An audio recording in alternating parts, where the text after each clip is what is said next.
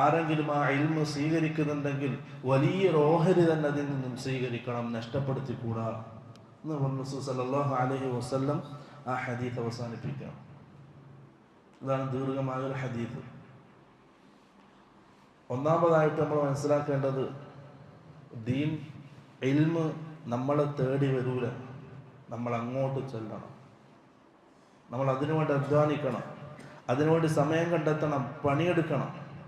മഹാനായ സഹാബി അബ്ദുല്ലാഹി ഇബ്നു മസ്ഊദ് റളിയല്ലാഹു അൻഹു അദ്ദേഹം പറയാണ്, വല്ലാഹില്ലദീ ലാ ഇലാഹ ഇല്ലാഹു, അല്ലാഹുവാണ് സത്യം, മാ ഉൻസിലത് സൂറത്തുൻ മിൻ കിതാബില്ലാഹ്, അല്ലാഹുവിന്റെ ഖുർആനിൽ ഒരു സൂറത്തും അവതരിച്ചിട്ടില്ല, ഇല്ലാ വഅന അഅലമു ഐന നസലത്, ആ സൂറത്ത് എവിടെയാണ് ഇറങ്ങിയതെന്ന് എനിക്കറിയാതെ. മുഫസ്സിറാണ്, വലിയ ഖുർആൻ ആലിമുൽ ഖുർആനാണ്.